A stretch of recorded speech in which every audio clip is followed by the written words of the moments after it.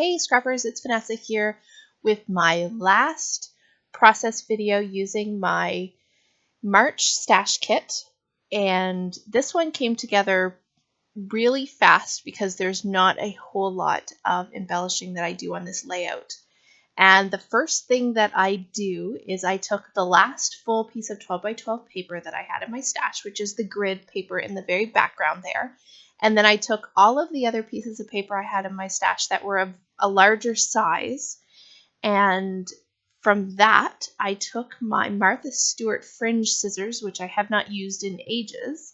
And I went ahead and on each of those pieces of pattern paper that were still in a fairly large size, or still a large enough size that I could have it run the full 12 by 12, I went ahead and fringed the bottom of each of those papers. And then I am doing exactly what it looks like here.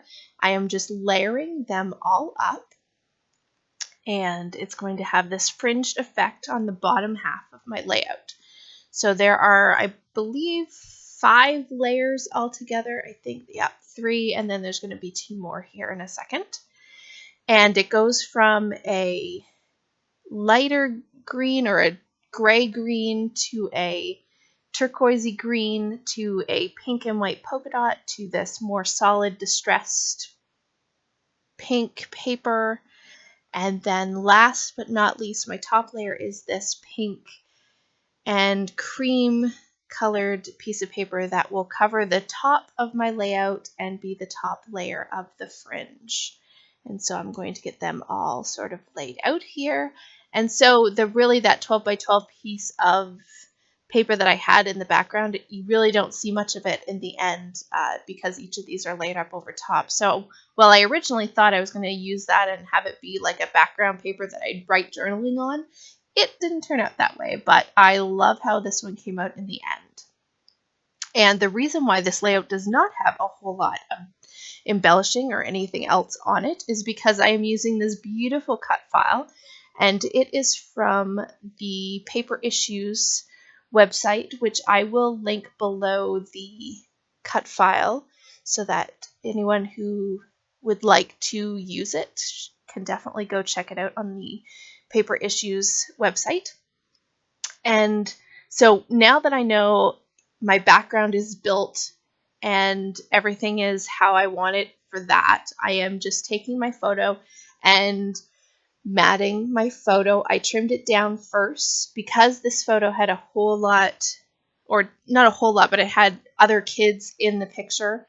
I wanted to trim it down so that I could try to focus the attention with my layers and with some of the embellishments that I'll do around this photo. I wanted to bring the attention to my daughter in this photo. And my daughter's the second little girl in this photo, and this was a picture of her on the dance team for VBS.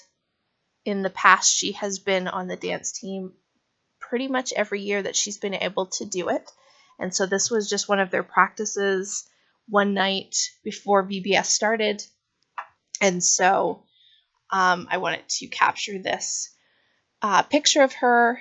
And the theme of this year, that year's VBS, was Shine, and so that is the title that I put on this layout as well. So I'm just layering up, and all of the back mats for this photo are all just scraps that came from my kit. At this point, I had nothing really, and no big sheets of anything left, so I really just took what I had and just layered them up, mostly pinks and a little bit of green in there as well. And so now I'm just kind of laying out, here's where I want the cut file, and then here's how I want the layers and the photo to go. And I've gone ahead and actually glued all of the layers around my mats, or all the mats together around my photo, I should say. And the tag at the top that's sticking out of the layers is actually where I will do my journaling later. And there's not really any reason for it to be hidden other than I just felt like it looked better on this layout. And it just talks about the fact that she was on the dance team and that I loved seeing her up there performing. And this die cut, or I should say this cut file, is really intricate, and I thought about backing it, but then I really was lazy and didn't want to take the time to do it. So I kind of thought this was kind of a fun idea of how to use this cut file and then have something showing through the colors on the background and using it without having to back the whole thing, but using it as a top layer. And really it does all the embellishing pretty much on this layout. I do a little bit on the photo itself to try to cover up the other little girl that's in the photo. I have a frame that's around my daughter right now, and then I do a little bit more embellishing on the photo. But I keep this one extremely simple.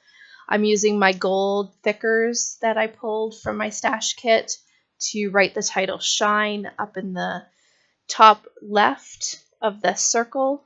And I have just a die cut leaf, I believe, and I will eventually pull from that thicker sheet there to the right the stars that are left on that sticker sheet or that thicker sheet.